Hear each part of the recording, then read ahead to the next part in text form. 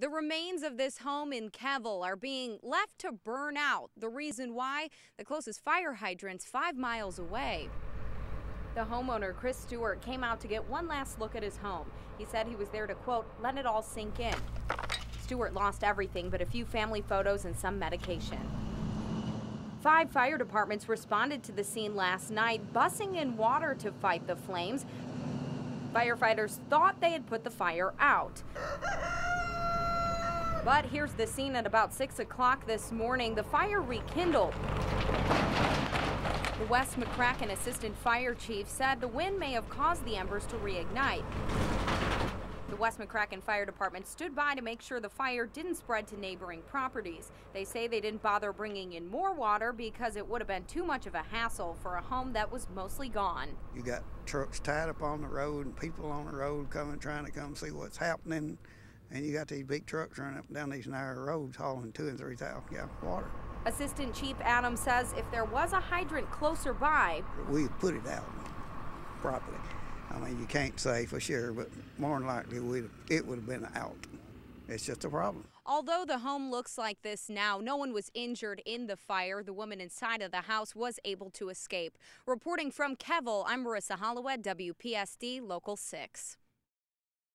Snow's still coming down.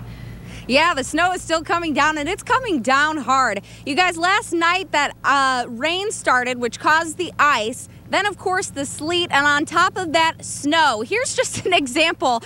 This little faint line you're seeing here, that's the curb. So you can imagine just kind of how thick this is. And our photographer, Jason, and I were kind of just taking our feet, hacking away at it, and you really can't get to the bottom. That's just how packed in the snow, sleet, and ice are this morning. And they said if you do slide off the road, maybe into a ditch, be prepared to wait. They said minimum wait time is about an hour for their company. And yeah, this is not usually what the mall looks like. That's because it's closed today. Mall officials tell us that they closed for the safety of shoppers and those working here. And definitely, you guys, there's been quite a bit more traffic here out on Hinkletville Road than we saw yesterday. But that doesn't mean that you should be getting in your car to drive to the gas station to get a donut. Really, if you have to get out today, it's a lot safer than yesterday, but still there are problems existing on the road. They're filling up gas. We happen to run into the former superintendent of McCracken County Schools. Well, in 1978, we turned out school 21 days.